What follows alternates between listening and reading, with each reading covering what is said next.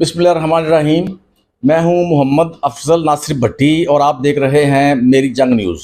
अस्सलाम वालेकुम जी नाज़रीन, आज हम डीएसपी सिटी सर्कल कसूर खालिद असलम साहब से एक बहुत अहम वक़ूआ के बारे में बात करने लगे हैं। वो पुलिस का एक बहुत अहम गुड वर्क डन है। तकरीबन 3-4 माह कबल थाना मंडी उस्मानवाला के इलाके में मामू ने अपने भांजे को कुल्हाड़ियों के पैदर पै वार करके कत्ल कर दिया और उसको एक गड्ढे में दफन कर दिया, और ये एक ब्लाइंड मर्डर था। अब हम बात करेंगे डीएसपी साहब से कि उन्होंने ये ब्लाइंड मर्डर ट्रेस कैसे किया और मुलजमान का उनको कैसे पता चला। बिस्मिल्लाहिर्रहमानिर्रहीम। ये बड़ी शफ़ाक़ियत और बेहिसी वाली स्टोरी है।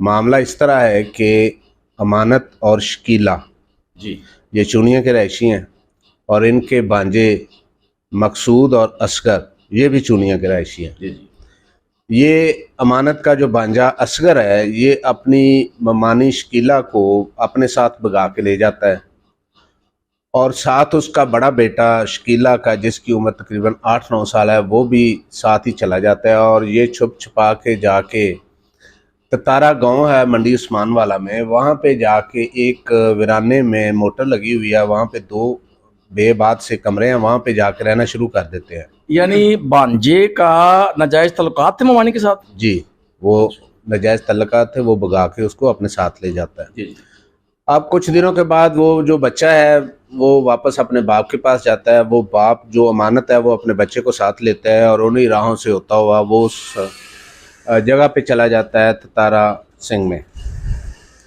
वहाँ पे जाके वो अपनी बीवी शकीला और भांजे को पकड़ता है। वो भांजा असगर उसको फिर सफाई अपनी देता है कि मेरा तो इसके साथ तल्लक नहीं है, असल में मेरा जो भाई है मकसूद उसका इसके साथ तल्लक है और नाजायज़ तल्लक आता है।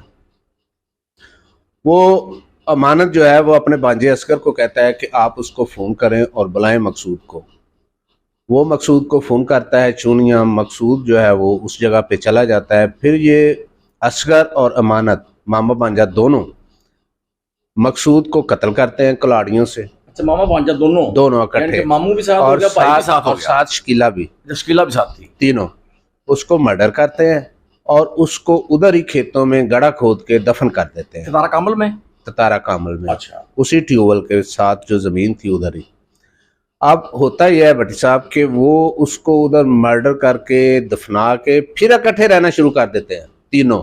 अच्छा, चूनिया में आके तीनों फिर इकट्ठे रहते हैं। जी जो उसकी अमानत की बीवी शकीला को भगा के लेके गया था असगर, और अमानत और शकीला फिर इकट्ठा रहना शुरू कर देते हैं। और इनकी आज से तकरीबन 15 दिन पहले फिर लड़ाई हो जाती है। अच्छा, और जब लड़ाई होती है तो अमानत की बीवी जो शकीला है और असगर वो फिर भाग जाते हैं।